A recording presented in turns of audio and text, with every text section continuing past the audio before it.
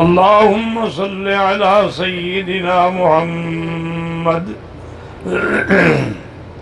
النبي الأمي الهاشمي وعلى آله وأصحابه نجوم الهدى.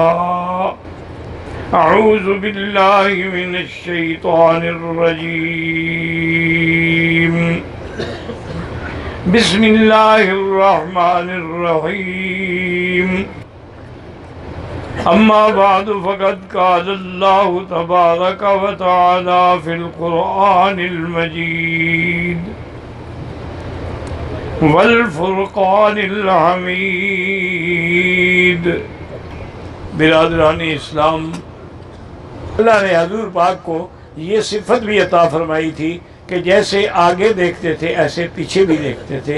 جیسے حضور صلی اللہ علیہ وسلم کو یہ بھی صفت دی تھی کہ 1 مہینے کے سفر باقی ہوتا تھا اور کافروں کے دل میں آپ کا روب پڑ جاتا تھا.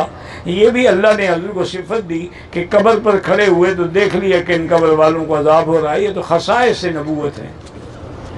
ایک وقت آئے گا، حضور نے فرمایا لا یبقی بیت مدر ولا وبر، کوئی گھر مٹی کا، خیمہ کپڑے کا، کچا پکا نہیں رہے گا الا ادخلہ اللہ الاسلام بعز عزیز و بذل ذلیل. اللہ اسلام کو داخل کر دے.